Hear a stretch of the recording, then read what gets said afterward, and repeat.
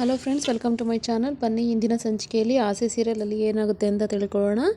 ಇಲ್ಲಿ ಶಾಂತಿ ಭರತನಾಟ್ಯ ಕ್ಲಾಸ್ನ ಸ್ಟಾರ್ಟ್ ಮಾಡೋದಕ್ಕೋಸ್ಕರ ಎಲ್ಲ ಸಿದ್ಧತೆಗಳನ್ನು ರೋಹಿಣಿ ನೋಡ್ಕೊತಾ ಇರ್ತಾಳೆ. ಅದಕ್ಕೆ ಸಂಬಂಧಪಟ್ಟಂಥ ಎಲ್ಲ ಅರೇಂಜ್ಮೆಂಟ್ನು ಕೂಡ ರೋಹಿಣಿನೇ ಮಾಡ್ತಾ ಇರ್ತಾಳೆ. ಹಾಗೆಯೇ ಮೀನಾ ಕೂಡ ದೀಪಗಳನ್ನೆಲ್ಲ ರೆಡಿ ಮಾಡೋದು, ದೀಪಕ್ಕೆ ಎಣ್ಣೆ ಬತ್ತಿ ಎಲ್ಲ ಹಾಕೋದನ್ನು ಅದೇ ಥರ ಎಲ್ಲ ರೆಡಿ ಮಾಡಿ ಇಟ್ಟಿರ್ತಾಳೆ. ಆಮೇಲೆ ಶಾಂತಿ ಎಲ್ಲರೂ ಕೂಡ ಅದನ್ನು ಡ್ಯಾನ್ಸ್ ಕ್ಲಾಸ್ನ ಓಪನ್ ಮಾಡಲಿಕ್ಕೋಸ್ಕರ ಎಲ್ಲ ಸಿದ್ಧತೆಗಳನ್ನು ಮಾಡ್ಕೊಂಡಿರ್ತಾರೆ.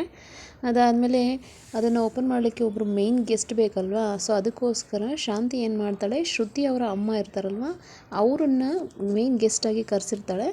ಆವಾಗ ಅದೇ ಸಮಯಕ್ಕೆ ಶ್ರುತಿಯವರ ಅಮ್ಮ ಅಲ್ಲಿಗೆ ಬರ್ತಾರೆ. ಶ್ರುತಿಯವರ ಅಮ್ಮ ಹೇಳ್ತಾರೆ, ಯಾಕ್ರಿ ಮೇಡಮ್ ನಮ್ಮನ್ನು ಕರೆಸಿದ್ದೀರ ಬೀಗ್ರೆ, ನೀವು ಎಷ್ಟೊಂದು ಜನ ಕಳಿಸ್ಬೋದಿತ್ತ ಅಂತಂದರೆ, ಇಲ್ಲ ಬೀಗ್ರೆ, ನೀವು ತುಂಬ ಅದೃಷ್ಟವಂತರು. ಯಾಕೆಂದರೆ ನೀವು ಬಂದು ಓಪನ್ ಮಾಡಿದಾಗ ಮನೋಜನ ಅಂಗಡಿ ಇವಾಗ ತುಂಬ ಲಾಭದಲ್ಲಿದೆ. ಒಳ್ಳೆ ನಿಮ್ಮದು ಅದೃಷ್ಟದ ಕೈ ನಿಮ್ಮದು, ಅದಕ್ಕೋಸ್ಕರ ನಾನು ನಿಮ್ಮನ್ನು ಕರೆದಿದ್ದೀನಿ ಅಂತ ಹೇಳ್ತೇನೆ. ಅದಕ್ಕೆ ಶ್ರುತಿಯವರ ಅಮ್ಮನಿಗೆ ತುಂಬ ಖುಷಿಯಾಗುತ್ತೆ. ಸರಿ ಆಯಿತು ಅಂತ ಹೇಳ್ಬಿಟ್ಟು ಮಾಡಿದಾಗ ರೋಹಿಣಿ ಮತ್ತು ಮನೋಜ ಇಬ್ಬರು ಮಾತಾಡ್ಕೊತಾ ಇರ್ತಾರೆ. ಅಲ್ಲ ನೋಡ್ರಿ, ನಿಮ್ಮಮ್ಮಂಗೆ ಎಲ್ಲ ರೆಡಿ ಮಾಡಿಕೊಟ್ಟಿದ್ದು, ಇನ್ನೊಂದು ಐಡಿಯಾ ಕೊಟ್ಟಿದ್ದು ಎಲ್ಲ ನಾನೇ. ಆದ್ರೂ ಶ್ರುತಿಯವ್ರ ಅಮ್ಮನ್ನ ಮೇನ್ ಗೆಸ್ಟಾಗಿ ಕರೆದಿದ್ದಾರೆ, ನಮಗೆ ಮಾತ್ರ ಏನೂ ಇದರಲ್ಲಿ ಏನು ವ್ಯಾಲ್ಯೂನೇ ಇಲ್ಲ ಅಂತ ಹೇಳ್ತಾಳೆ. ಸುಮ್ಮನೆ ಇರೇ, ಇವಾಗ ಏನು ಪ್ರಾಬ್ಲಮ್ಮು, ಹಂಗೆ ಹಿಂಗೆ ಅಂತ ಹೇಳ್ಬಿಟ್ಟು ಮನೋಜ್ ಅದನ್ನು ಕವರ್ ಮಾಡ್ತಾನೆ. ಆಮೇಲೆ ಎಲ್ಲ ಸೇರಿಕೊಂಡು ದೀಪನ ಅಂಟಿಸ್ತಾ ಇರ್ತಾರೆ. ಫಸ್ಟು ಶ್ರುತಿಯವ್ರ ಅಮ್ಮ ಅಂಟಿಸಿದ ಮೇಲೆ ಎಲ್ಲರೂ ತಾನಾಗಿ ಅಂಟಿಸ್ತಾರೆ. ಶ್ರುತಿ ಅಂಟಿಸ್ತಾಳೆ. ಅದಾದಮೇಲೆ ರೋಹಿಣಿನ ಲಾಸ್ಟಿಗೆ ಕರೀತಾರೆ. ನೋಡಿರಿ, ಎಲ್ಲ ನಾನು ಮಾಡಿದ್ದು, ಆದರೆ ಮಾತ್ರ ಲಾಸ್ಟಿಗೆ ಕರೀತಾರೆ ನಾನು ಅದಕ್ಕೆ ಮನೋಜ್ ಹೇಳ್ತಾನೆ, ನೀನು ಲಾಸ್ಟಲ್ಲಿದ್ರೂ ಲೇಟೆಸ್ಟಾಗಿ ಹೋಗ್ತೀಯಾ, ಏನು ಟೆನ್ಷನ್ ತಗೋಬೇಡ ಅಂತ ಹೇಳ್ತಾನೆ. ಸರಿ ಆಯಿತು, ಬರೀ ಇದೇ ನಿಮ್ಮದಾಯಿತು ಅಂತ ಹೇಳ್ಬಿಟ್ಟು ರೋಹಿಣಿ ಹೋಗ್ಬಿಟ್ಟು ದೀಪ ಅಂಟಿಸ್ತಾಳೆ. ಕೊನೆಗೆ ಇನ್ನೊಂದು ಕಡೆಗೆ ಮಾತ್ರ ದೀಪ ಅಂಟಿಸೋದಿರುತ್ತೆ.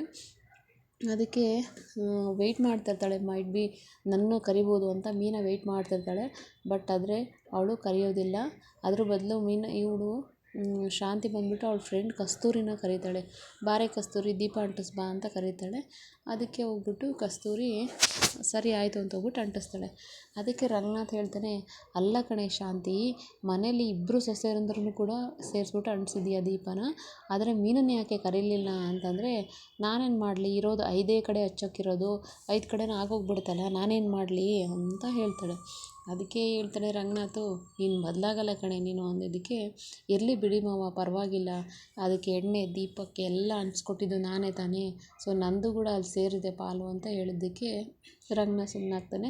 ಅದಕ್ಕೆ ಸೂರ್ಯ ಹೇಳ್ತಾನೆ, ಹೌದೌದು ಸರಿ ಸರಿ, ಇನ್ನು ನಮ್ಮನ್ನು ಯಾಕೆ ಕರೀತಾರೆ, ಇನ್ನೂ ಒಂದು ಅಂಟಿಸ್ಬೇಕು ಅಂದರೆ ಯಾವ್ದಾದ್ರು ಒಂದು ದೀಪ ಕೆಡಿಸ್ಬೇಕು ಅಷ್ಟೇ, ಒಂದು ಕಡೆ ಕೆಡಿಸ್ಬಿಟ್ಟು ಅಂಟಿಸ್ಬೇಕು ಅಷ್ಟೇ. ಅದಕ್ಕೆ ಶಾಂತಿ ಏನು ಮಾಡ್ತಾಳೆ, ನೋಡ್ರಿ ಹೆಂಗೆ ಮಾತಾಡ್ತಾನೆ ಸೂರ್ಯ, ಇನ್ನೂ ನಾನು ಸ್ಟಾರ್ಟ್ ಮಾಡೋಕ್ಕೆ ಗೊತ್ತಿಲ್ಲ, ಆಲ್ರೆಡಿ ಆರಿಸೋದ್ರ ಬಗ್ಗೆ, ಅಪಶಕುನ ಬಗ್ಗೆ ಮಾತಾಡ್ತಾನೆ ಅಂತ ಹೇಳ್ತಾನೆ.